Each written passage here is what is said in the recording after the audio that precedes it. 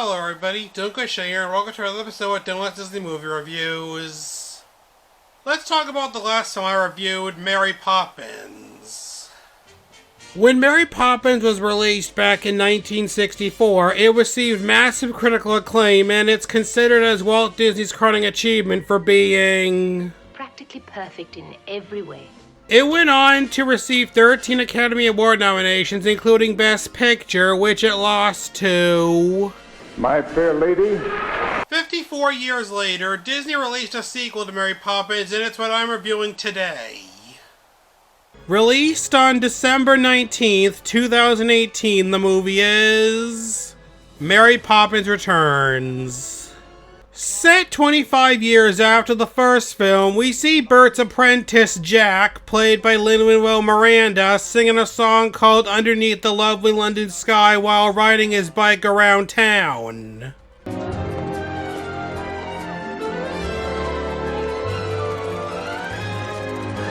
Have a pot of tea, mend your broken cup.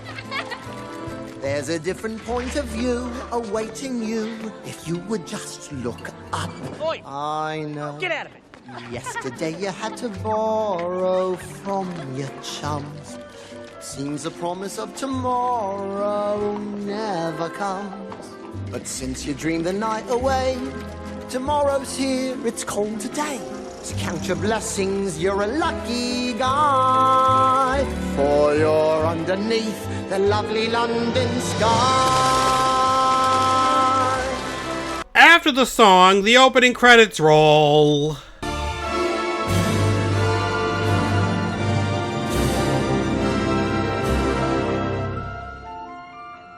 After the credits, we come to Jane and Michael's old house, where Michael, played in this film by Ben Whishaw, is living as a widowed father of 3 kids, with their housekeeper, Ellen, played in this film by Julie Walters, and his sister, Jane, played in this film by Emily Mortimer, is there, and they have problems around the house, like a broken pipe in the kitchen. Suddenly, 2 lawyers from the bank named Hamilton Gooding and Templeton Fry, played by Jeremy Swift and Cobna Holdbrook Smith, respectively, leave a notice of repossession on the front door and would like to see Michael. Please, come through. Now, what is it that I can do for you? I am Hamilton Gooding. This is Mr. Templeton Fry. We are solicitors with the law firm of Gordy, Caudry, Gooding and Fry. So the lawyers tell Michael he's 3 months behind on his payments and need him to pay the full loan, and if he doesn't pay by Friday at midnight, then his house will be repossessed. Michael then mentions his father was a senior partner at the bank and had a certificate with shares which Jane gets the idea to use to pay the loan. I suppose it must be somewhere among Father's old papers. Yes, I suppose it must. 3, 2, 1, fire! Good heavens! Are you housing anarchists? No, that's the Admiral next door. He fires off a cannon to mark the hour. He's over 5 minutes late. Yes, I'm afraid he's been running a little behind these last few years. As are we this morning. You've been given notice. We'll see ourselves out. Come along, Mr. Fry. I do hope you find that share certificate. I really do. Good day to you both. You really have chosen the wrong profession, you know. Michael's kids then come into the living room, and Michael tells them that he's now a banker. But you're not a banker. You're a painter. Yes, well, painters don't make money. Not these days. Here, you see?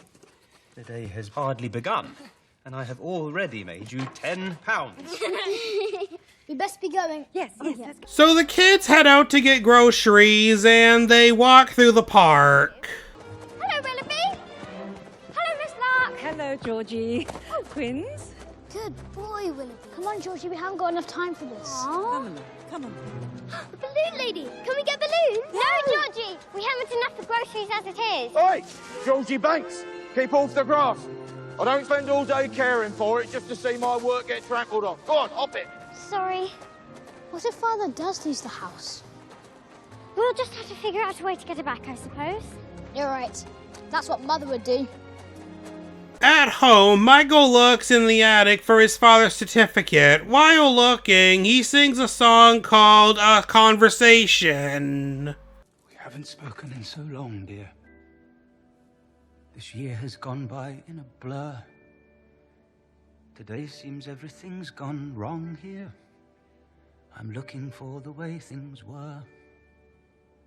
I know you'd laugh and call me tragic, for everything's in disarray. These rooms were always full of magic that's vanished since you went away.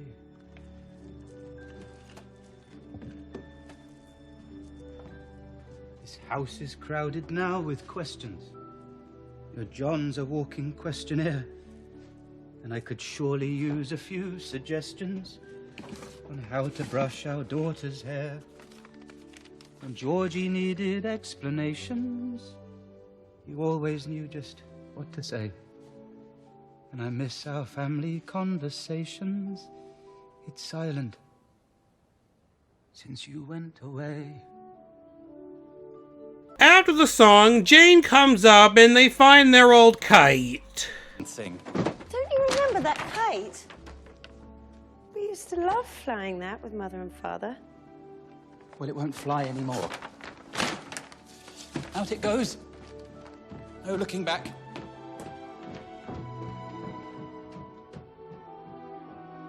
So Michael takes the kite out as trash and it flies off.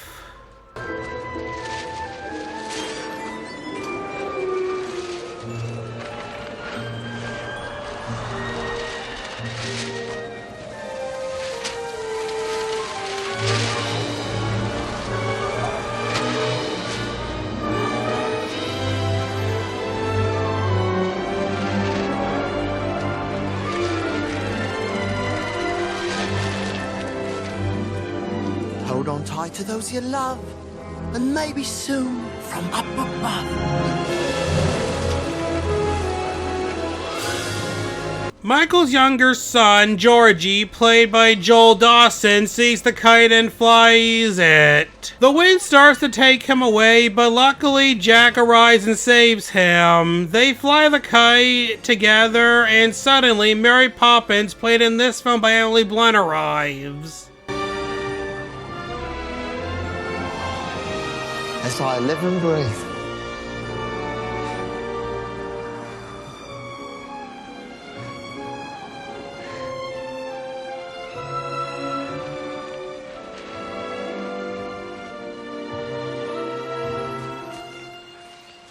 You need to be more careful when the wind rises, Georgie. You nearly lost your kite.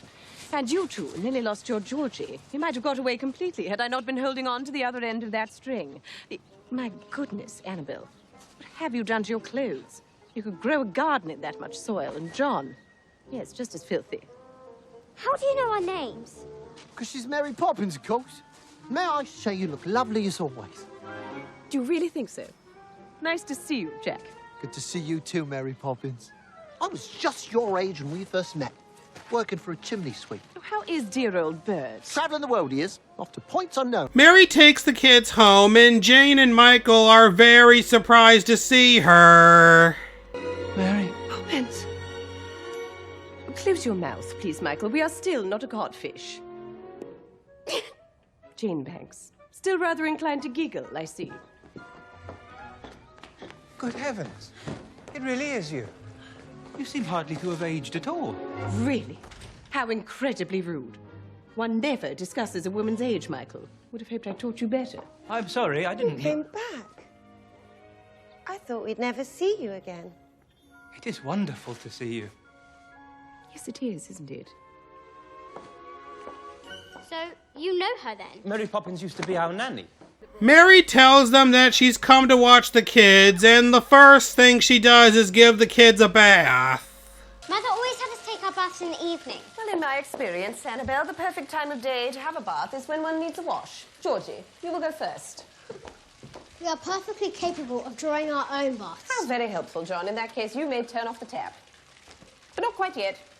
Still need to put in the bubbles. But I don't like soap bubbles. Well, then you shall have to try to avoid them at all costs. She's a tough nut, isn't she? All right, then. But we'll have to get this done quickly. Right. We still have to get down to the grocer's. And it looks as though it might rain. I know who you should ask. Her umbrella can't talk, Georgie. The very idea. How do you know it can't? Because it can't. The very notion is ridiculous. Exactly right, Annabelle. It's nonsense, foolishness. It makes no sense. And if it makes no sense, it can't be true. Then comes a song called Can You Imagine That? No, not yet. Some people like to splash and play. Can you imagine that? And take a seaside holiday. Can you imagine that? Too much glee leaves rings around the brain. Take that joy and send it down the drain. Some people like to laugh at life and giggle through the day. They think the world's a brand new shiny toy. And if while dreaming in the clouds they fall and go ka-splat, although they're down and bent in half, they brush right off and start to laugh. Can you imagine that? During the song, Mary and the kids get into the tub, enter an underwater world, and the song continues. Some people like to dive right in, can you imagine that? And flap about in bathtub gin, can you imagine that? Doggies paddling 20 leagues below might seem real, but we know it's not so.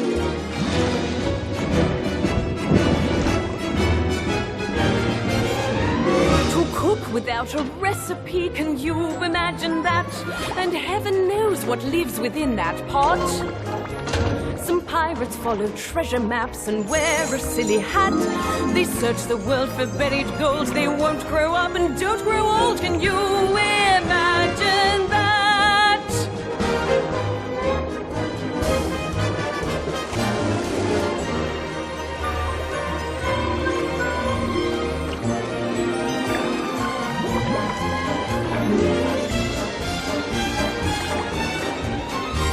Be sure to scrub behind your ears.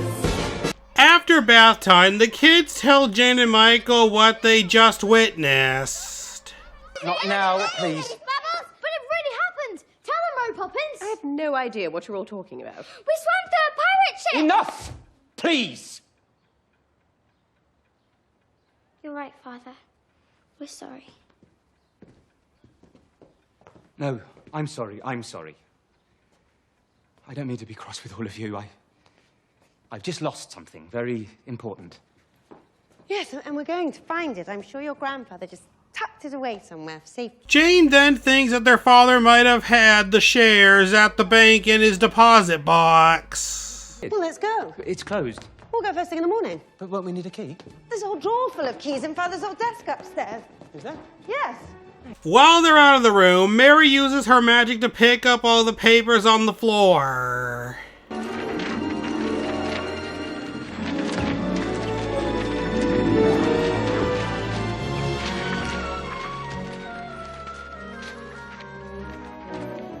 Cleaning is not a spectator sport, I'll remind you. John, Annabelle, put all the books back on the bookshelves. Georgie Banks, come back here. Take out this rubbish, would you? Yes, Mary Poppins. There's a good boy. Off you go, spit spot. As Georgie takes the box of papers outside, he finds a picture of his dad that he drew and puts it in his pocket. At the bank the next day, Michael and Jane don't find the shares in their father's deposit box, so they go to talk to the bank's president, William Weatherall Wilkins, played by Colin Firth. How do you do? Great pleasure to meet you. William Weatherall Wilkins. Do step this way.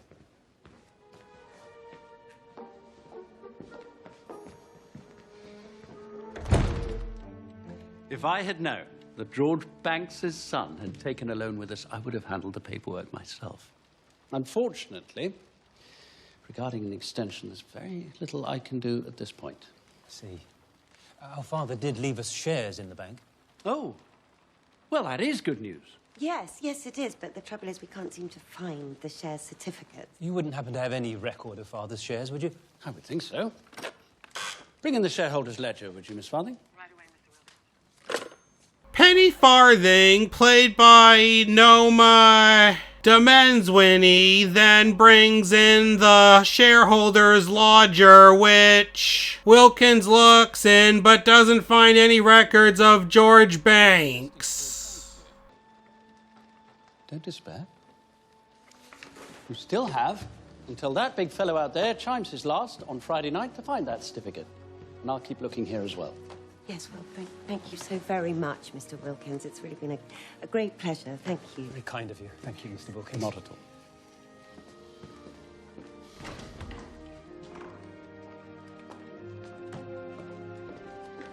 However, after Jane and Michael leave, Wilkins tears out the paper with George Banks' records on it and throws it into the fire. At home, while John Banks, played by Nathaniel Sala, helps Ellen put the dishes away, he gets an idea to save the house. So he goes upstairs, Mary talks to Jack, and John tells Annabelle, played by Pixie Davies, that they could sell their mother's Royal Dalton ball. That better be enough to pay off Father's debt. That's a terrible idea, John. You know Mother loved that ball. But she sell it herself to save the house. That was Mother's. Put that back! No, Georgie, give it to me! No. It's a good thing you come along when you did, Mary Poppins. That didn't sound good now, did it? What are the three of you up to? Give me the missing piece. I don't have it. We'll look for it then. Mary then sees the broken piece of the ball on the floor, and then the ball starts talking. Actually, it was all three of them. Who said that?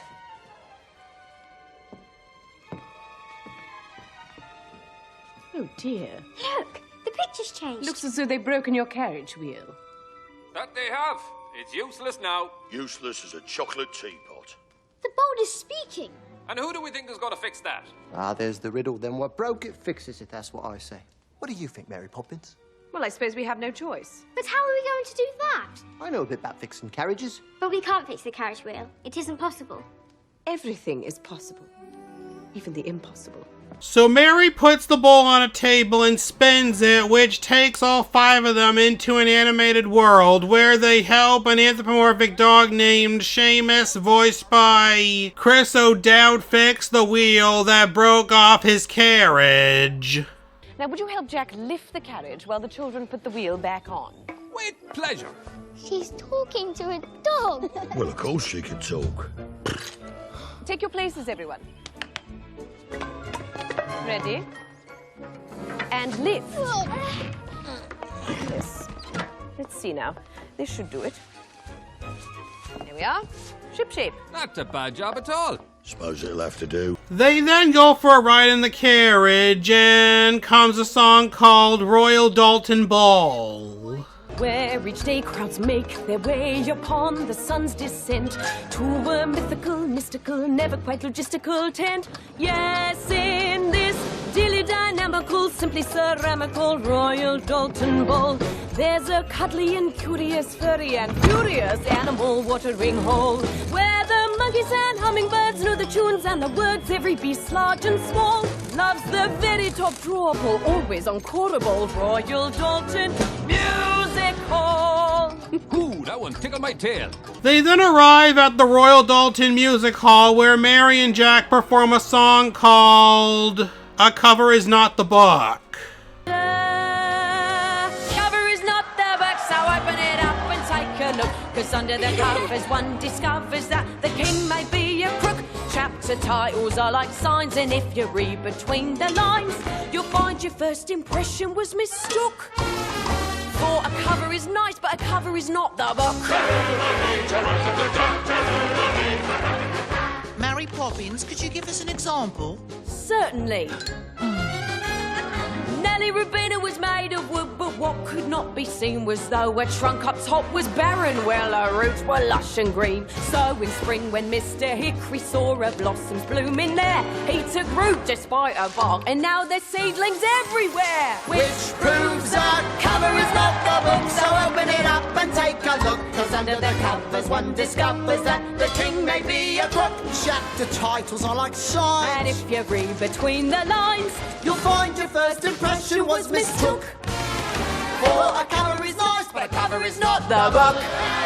After the song, Georgie finds his stuffed giraffe Gilly missing and sees a wolf, badger, and weasel stealing their family's things. They kidnap Georgie. John and Annabelle go after them with help from Seamus and his horse Clyde. Seamus! Clyde! That's right, it's us! Let's go get your brother back.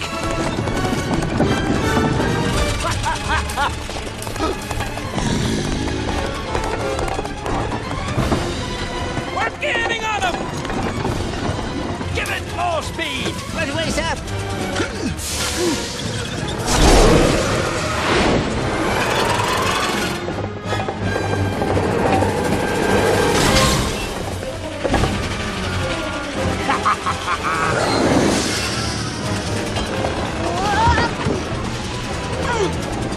Giddy up, big fella!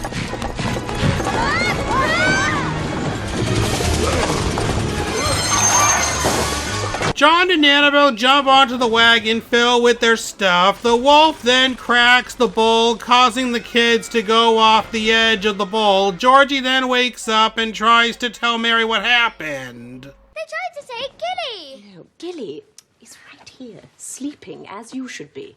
But it was real. They stole all our things and the wolf said we were never going to see our home again. That is absurd. John and Annabelle have the same dream. They talk about missing their mother, and then Mary sings them a song called The Place Where Lost Things Go. Do you ever dream or reminisce, wondering where to find what you truly miss? Well, maybe all those things that you love so are waiting in the place where the lost things go. Memories you've shared, gone for good you feared, they're all around you still, though they've disappeared. Nothing's really left or lost without a trace. Nothing's gone forever, only out of place. After the song, Annabelle sees Mary's scarf in the picture on the bowl and tells John. It wasn't a dream after all. Shall we tell her? Better not. I expect she already knows. The next morning, Jack gives Mary and the kids a ride to her cousin Topsy's fix-it shop. Right, off we go, jiggity jog. Thank you, Georgie. This way, please.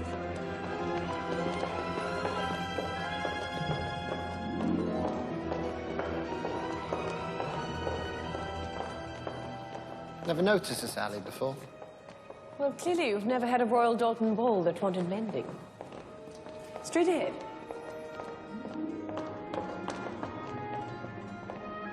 Here we are. Top Petrepolovsky's all repairs, large and small, fix-it shop. Looks as though it's just a small fixer shop today. That's just what we want. The bowl only needs a small fix after all. So they enter the shop and meet Topsy, played by Meryl Streep, and because it's the second Wednesday of the month, the store turns upside down.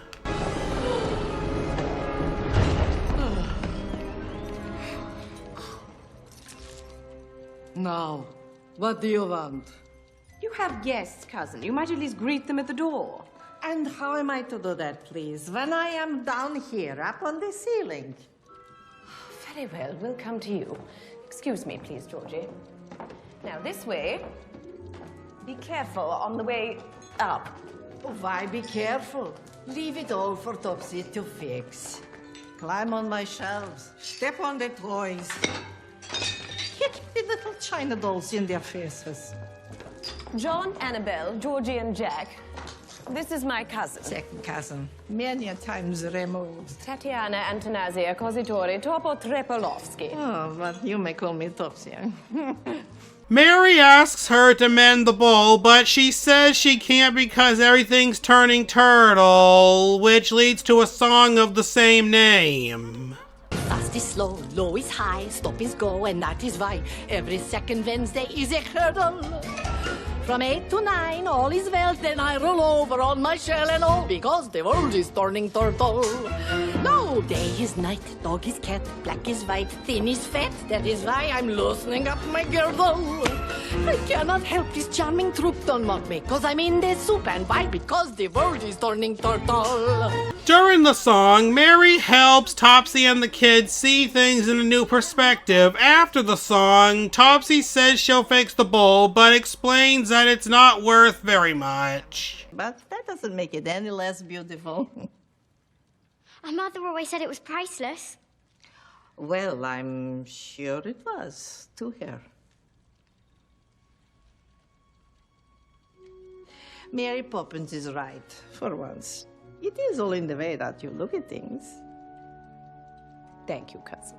They then leave the store, and on their way to the bank, they run into Jane. Hello! Off to the rally, are you, Jane? Yes. All still here, thank goodness. Nobody fell off. Say, I could come back and give you a hand with all that once I drop the others at the bank. Oh, no, please don't worry. I'm perfectly fine, really.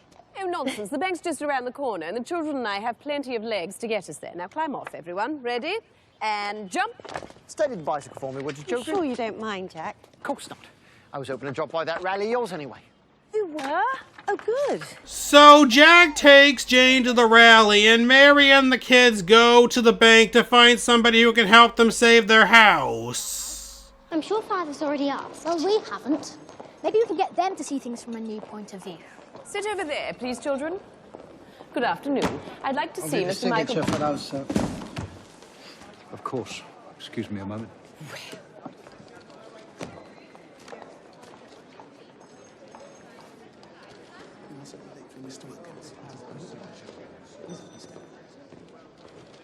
What did you do that for?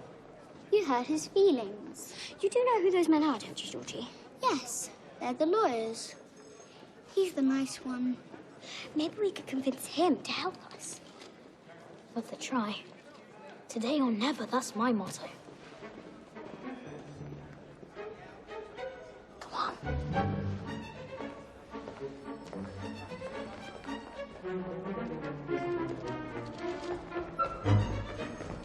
The kids go to Mr. Wilkins' office and hear him say that he's trying to get their house.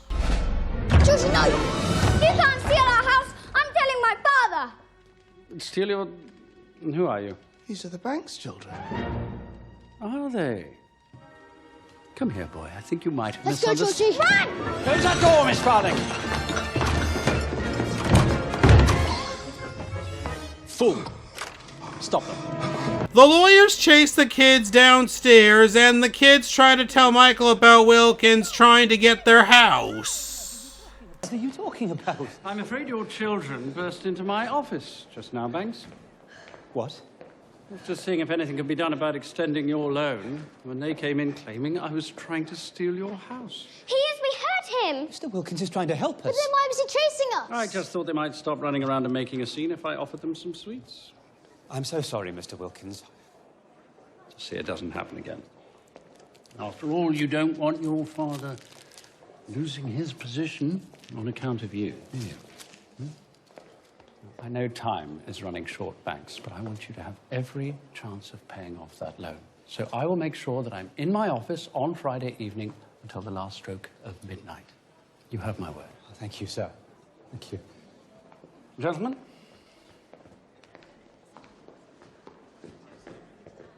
But Father, he really... Not another word! Take them home this instant. Yes, sir. We'll discuss this when I get back. Mary then walks the kids home, but they become lost and they run into Jack, who sings a song called Trip a Little Light Fantastic. Let's say you're lost in a park, sure. You can give in to the dark, or you can trip a little light fantastic with me.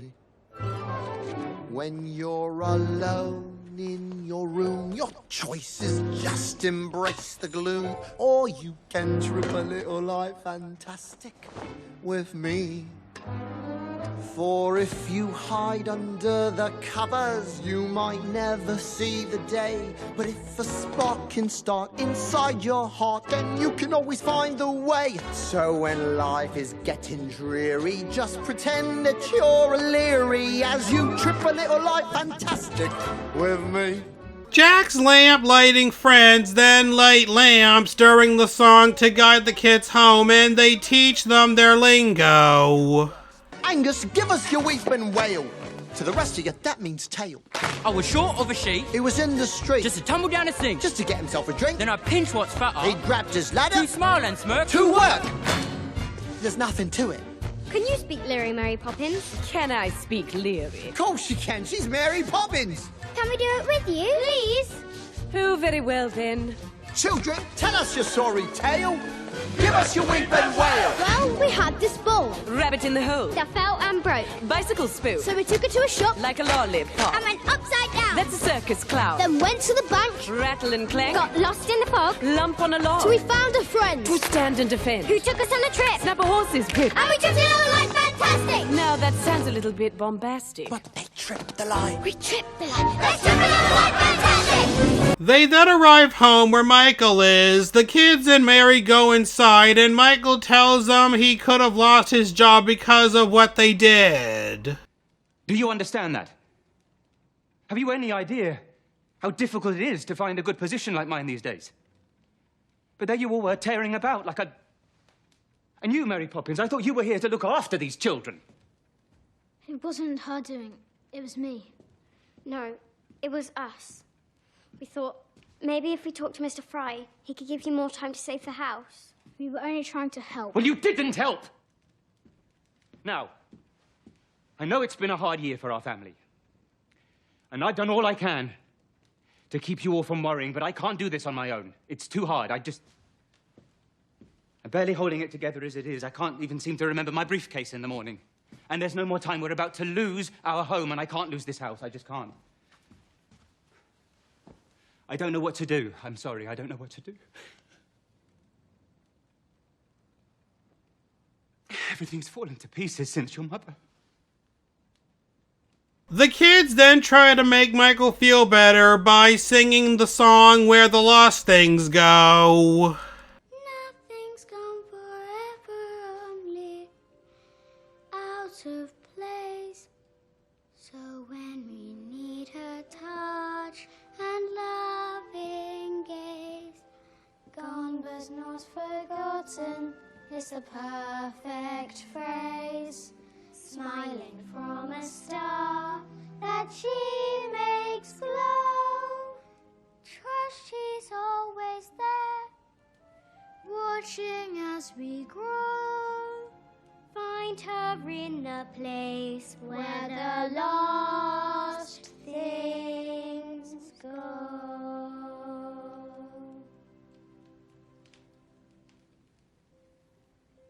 The next night, the family's packing up to move out to Jane's flat, and their neighbors come to say goodbye. However, Georgie forgot his kite, so he goes back to get it, and when he brings it out...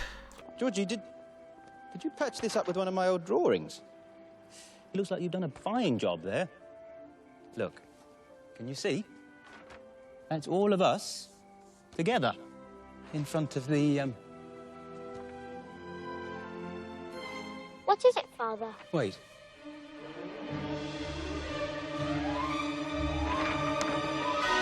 Certificate of shares. This is it. This is what we've been looking for. We need to get to the bank. What's the time, anyone? 7 minutes to midnight. 7 minutes. It's not enough time. We need to be at the bank by midnight. Take the van. No, it's no good. You still wouldn't make it in time. Well, what can we do? Nothing. We can't turn back time. Why not? Everything is possible. Even the impossible. Can we do it then, Mary Poppins? Can we turn back time? Well, I don't see why that couldn't be arranged. So Michael and Jane rush to the bank as fast as they can with only a few minutes left till midnight, while Mary, Jack, the kids, and Jack's friends rush to Big Ben to turn back time.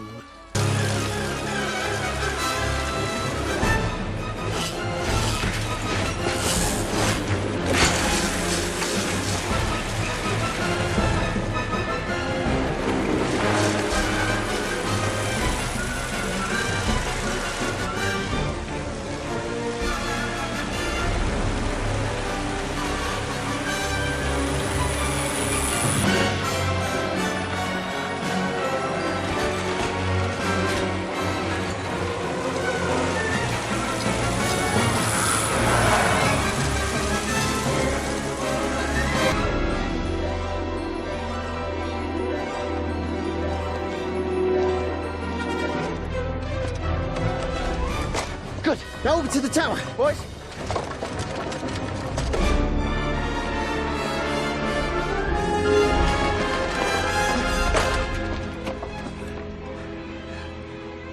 Jack manages to get inside and dims the lights, but with only less than a minute till midnight, he can't reach the hand, so Mary flies up and does it.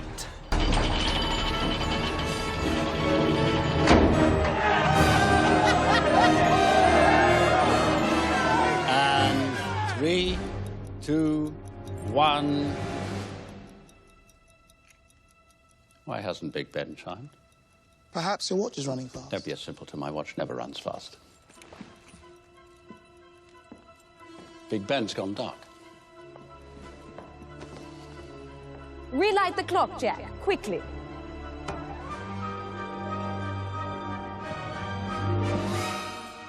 Look, they've relit Big Ben. But that time is wrong. The clock must have stopped. Meanwhile, Michael and Jane arrive at the bank, but the lawyers lock the door, so Michael and Jane fly the kite up to Wilkins' office. They manage to get inside and enter his office. What is all this? It's what we've been looking for. 3, 2, 1. Fire! Mr. Binnacle. Big Ben has finally got it right.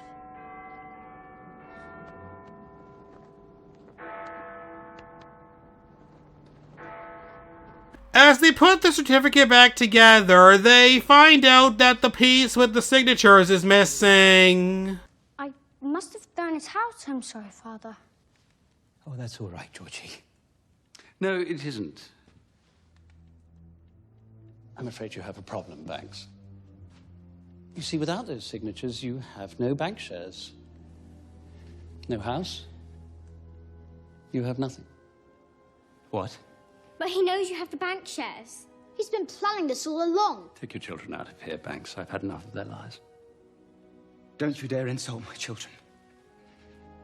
Don't you dare. They are not lying, and you know it. Only wish I believed them sooner. You all had him pegged right from the start, didn't you? Come on. Now, take the house. Go ahead. Have everything I need right here. Suddenly, Wilkins' uncle, Mr. Dawes Jr., played in this film by Dick Van Dyke, returns from his travels and criticizes him for his dirty deeds against the London people. A little bird told me that you've been trying to cheat the bank's family out of their shares in this bank. That Yaz, we heard him. I also hear you've been telling the whole of London that I've gone loony. The only loony thing I ever did was trust you to look after this bank. You can't be serious. I've nearly doubled the profits of this bank. Yes, by wringing it out of the customers' pockets. Their trust in us built this bank. You squandered every last bit of their goodwill. So he fires Wilkins and takes his job back. The next day, the family goes to the park for the spring fair. There, they see a woman selling balloons, played by the late Angela Lansbury, and singing a song called Nowhere to Go But Up. Look inside the balloon, and if you hear a tune, there's nowhere to go but up. May we have balloons? Yes, of course we can. Let's go. Choose the secret we know before life makes us grow. There's nowhere to go but up. They then walk over to her and she has Michael pick a balloon which lifts him into the air.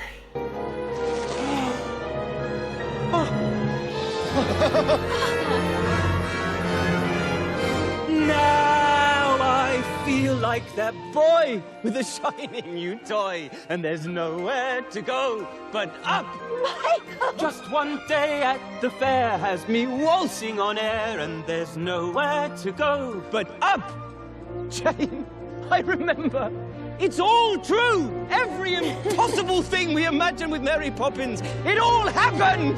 Now my heart is so light that I think I just might start feeding the birds and then go fly a kite with your head in a cloud. Only laughter's allowed, and there's nowhere to go but up. The kids each then pick a balloon and join their father in the air. We're zigging and zagging, our feet never dragging. We might take a ride to the moon. All this bobbing and weaving all comes from believing the magic inside the balloon. Jack then shows up and buys a balloon for himself and Jane. Don't you lose her, son! I won't, sir!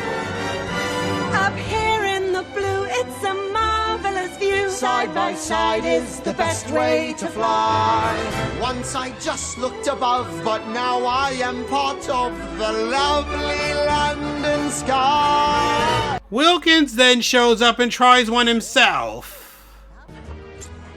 Choose carefully.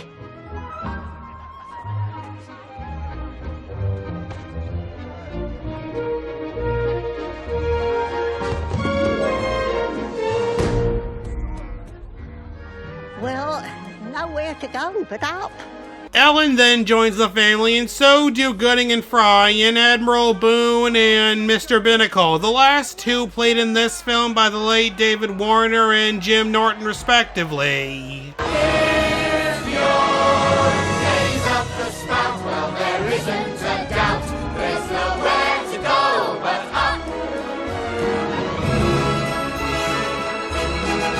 And if you don't believe, just hang on to my sleeve, for there's nowhere to go but up. As we fly over town, it gets harder to frown, and we'll all reach our heights if we never look down. Let the past take a bow, the forever is now. And there's nowhere to go but up, up. There's nowhere to go but up. Then, as the family goes home, a gust of wind opens the door to their house, and it's time for Mary Poppins to leave.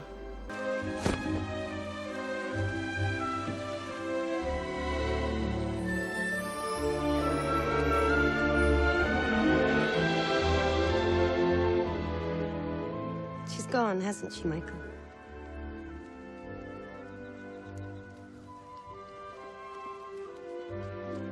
Thank you, Mary Poppins. Goodbye.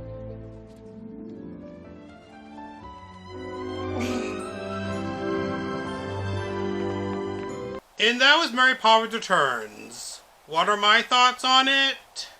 Well, just like its predecessor, I think it's really good.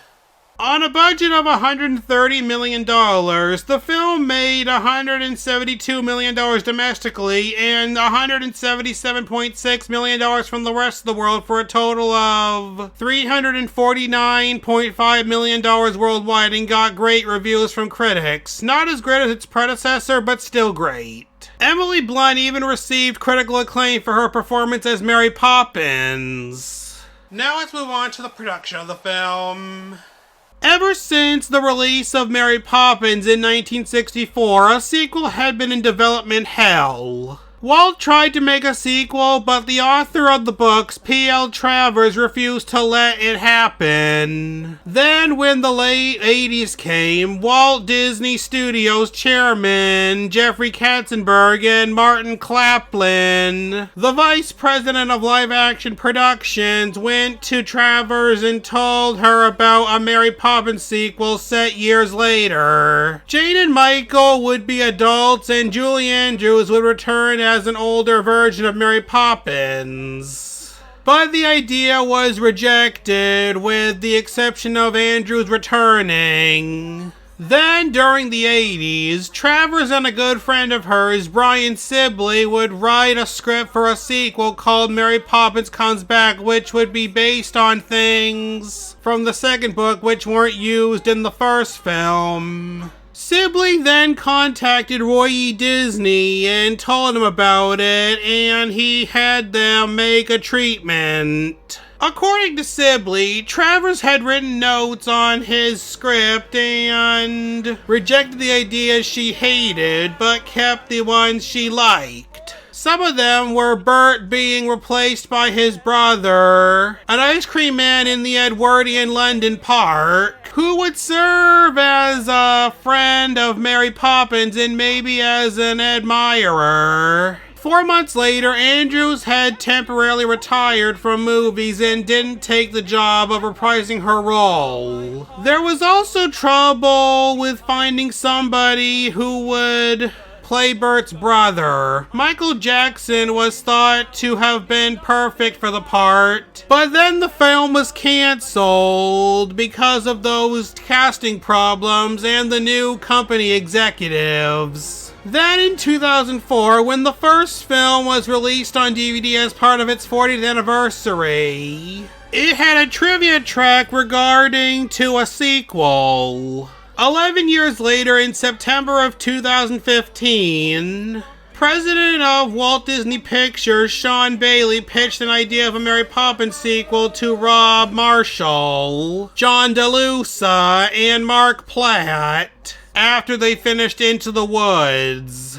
The project would then be greenlit after being approved by Travers' estate and would be set 25 years after Mary Poppins, with Marshall as director, DeLuca and Platt as producers, and David McGee as a writer. For the casting, Emily Blunt was hired as Mary Poppins, Lin-Manuel Miranda was hired as Jack, the lamplighter, Ben Whishaw and Emily Mortimer were hired as adult Michael and Jane respectively, and Dick Van Dyke, who played Bert and Mr. Dawes Sr. in the first film, returned and played Dawes Jr. in this film. The filming started in February of 2017 at Shepperton Studios in Surrey, England, where 8 sound stages were used to create the sets for the film, like Cherry Tree Lane and the huge abandoned park where the song Trip a Little Late Fantastic took place. For the visual effects, just like the first film, this movie also has an animated scene that fuses live action and hand-drawn animation. However, Marshall asked if the scene could actually be in hand-drawn animation instead of CGI, since he felt like using the classic animation to keep the original movie spirit was vital.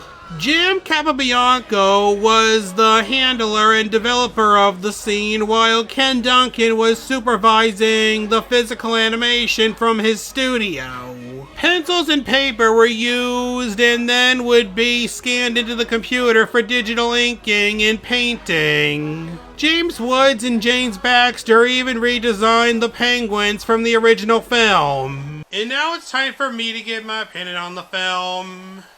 In the end, while probably nobody else would agree with me, I think Mary Poppins Returns is a little better than the original. Usually as franchises go on, I tend to like the sequels better. But not all the time, though. So I give this film a rating of 4 stars out of 5. Well, that's it for Mary Poppins Returns and the Mary Poppins movies.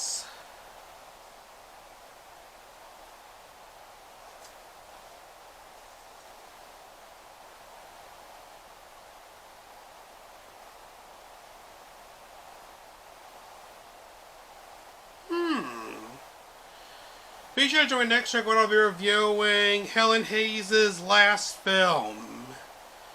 And if you enjoyed this video, then please tell your friends about me, leave some questions in the comments below, subscribe, and hit that like button.